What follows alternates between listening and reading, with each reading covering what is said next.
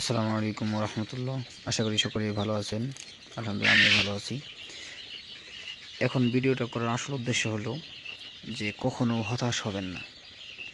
মাঝে মধ্যে আমি অনেক টেনশনে পড়ে যাই অনেক বিষয় নিয়ে, কিন্তু তারপর ইনশাল্লাহ আল্লাহ তাআলার অশেষ মেহেরবানিতে টেনশন কেটে যায়। যেমন ধরেন একটা উদাহরণ দেই।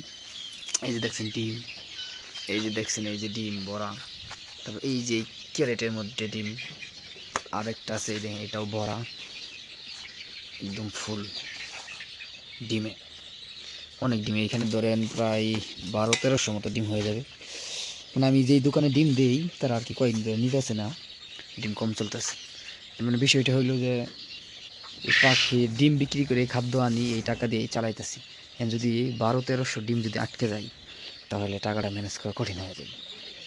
এই জন্য একটু টেনশনে আছি। ইনশাল্লাহ আল্লাহ তাআলার রহমতে আজকে যেমন ধরেন 700-800 মতো নিবে, কালকে কথা হয়েছে। ইনশাল্লাহ কালকে আরও বাড়তে পারে।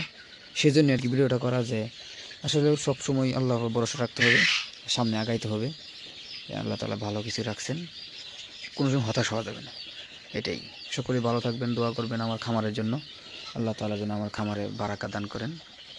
আসসালামু আলাইকুম ওয়া রাহমাতুল্লাহি ওয়া বারাকাতুহু।